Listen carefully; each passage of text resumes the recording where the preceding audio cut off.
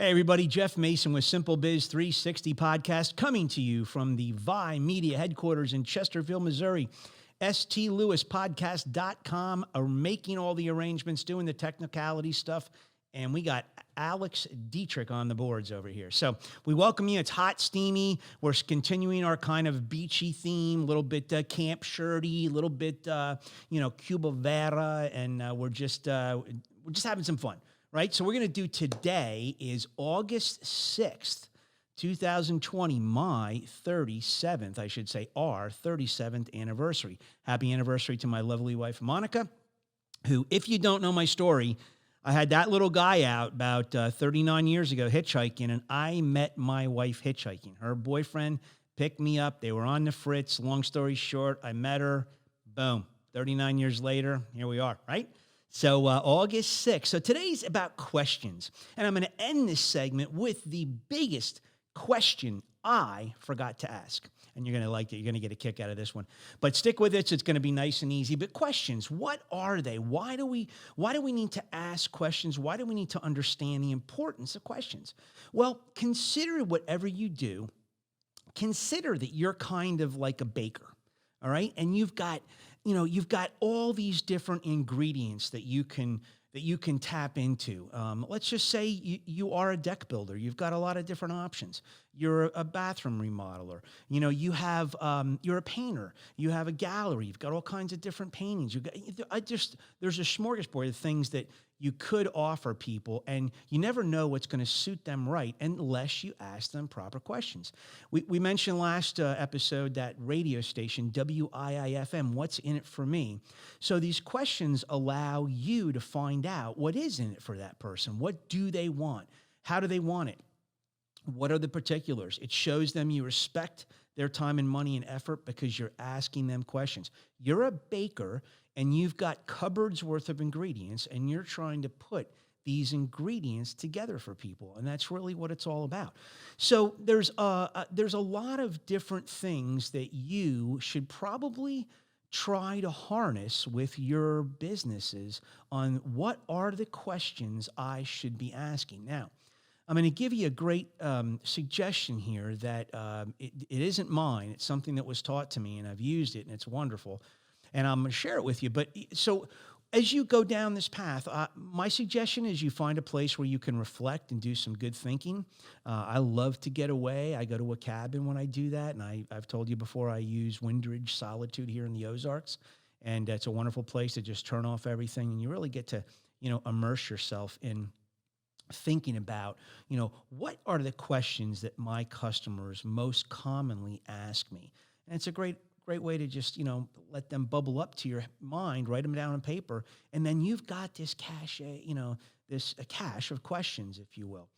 And what I suggest from what I was taught early on in my career is you take all those questions and you really answer them for the customer in the form of expectations. So you kind of go back to the expectations chapter in our book. And if you don't know, that's a picture of our book up there. We wrote a book last October, and it's got 255 business tools. It's arranged in 8 different chapters. And one of the chapters is expectations.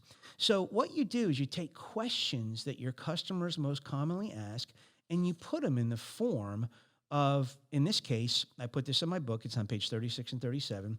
I pretended that I was a deck builder, and I put all the questions that customers would probably have if they were looking for a deck to be built. And then I would walk around with them. I would hand them out. I would take them with me in meetings, and I would laminate those questions. But they're questions that are commonly, contemplated by customers. Hey, how do you handle phone calls? How do you handle text messages? How many hours a day do you spend here? Do you clean up or do we clean up? All kinds of things that kind of a punch list that a customer would have for you. You can now put those answers to the commonly asked questions in this format, and you've done your potential customer a great deal of service. And of course, then you've got to live up to those questions.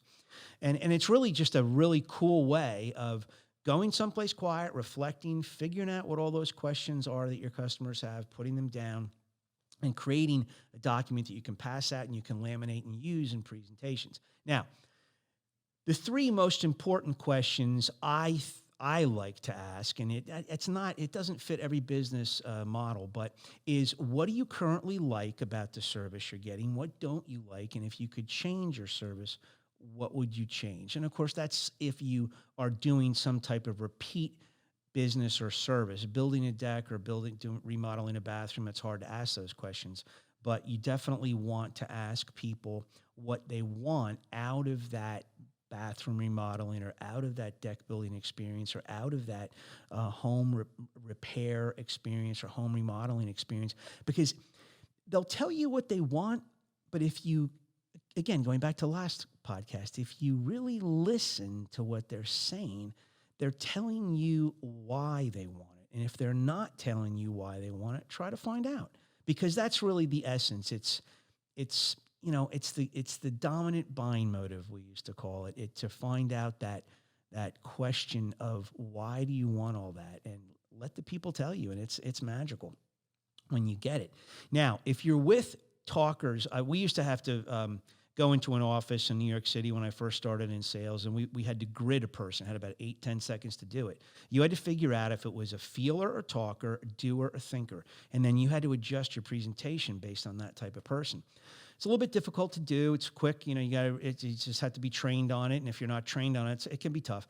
But here is the advice I'll give you out of that. If you're with a feeler or talker and you ask an open-ended question and you get a long, windy answer and it's taking up a lot of time, you have to switch to close-ended questions, yes or no type questions.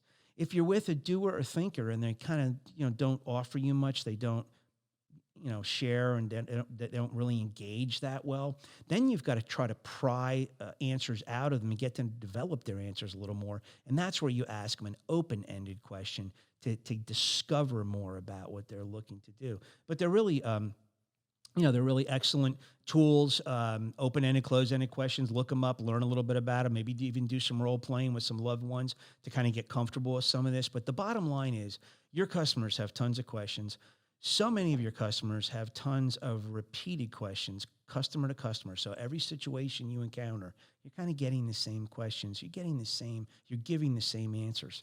Why not just head it off at the pass and do something like that? Again, page 36 and 37 in our book. If you buy the book on Amazon, $18.95, you can get it on our website, SimpleBiz360.com, if you want. Now, what's the biggest question that I failed to ask in my life? Well, let me tell you something.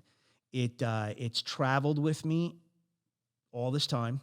It's 37 years in the making. It will travel with me the rest of my life. It affected 150 people at a gathering, and I can't believe that I didn't ask this question. But my wife and I, when we got married in was in the Shannock Station area of New Jersey. Beautiful little Dutch Reformed church. We didn't live in the area. We didn't go to the church, but we shopped churches and everything. So we found this great Dutch Reformed church. Pastor was super nice.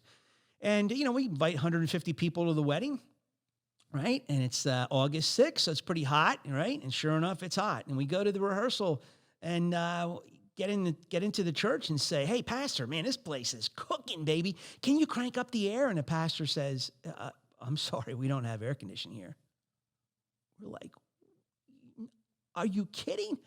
No air, guys. Well, to this day, my pictures of my wedding, I wore a dove gray tux.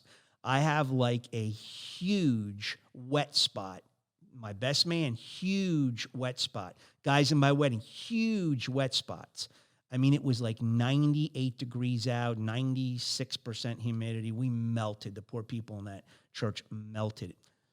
We forgot to ask in March when we were shopping churches, "Hey, do you have air conditioning?" "No, we don't." Oh, deal breaker.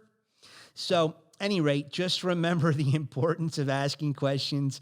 We look back on it and went, what can you do now? You have to laugh. But at the time, it was kind of, it was a little bit of a shocker that day before I get married. So, any rate, but the song I wanted to sing at my wedding, and I'm glad I didn't because I would have butchered it. But I did sing a little bit back then in churches and stuff. At any rate, my wife, I sang a couple years after that, but I wanted to sing Joe Cocker's "You Are So Beautiful." And you know what? My wife is a beautiful gift of God to me, from God to me, and I just love her so much. Thank you so much, Monica, for sticking with me. I'm a rascal, I know, and I just appreciate you saying yes when I asked you to marry me. And this is the song you will see, Lost in the Shuffle Track. It's really not a Lost in the Shuffle Track. It's Joe Cocker blew this baby up. But You Are So Beautiful from Joe Cocker, 1974. Hey, keep the shiny side up. Hold on to your sand. It's your money. It's your profitability. And again, if we don't have smiling customers, we got nada, right? So keep making those customers happy. Thanks so much, and we'll see you next episode. Have a great week.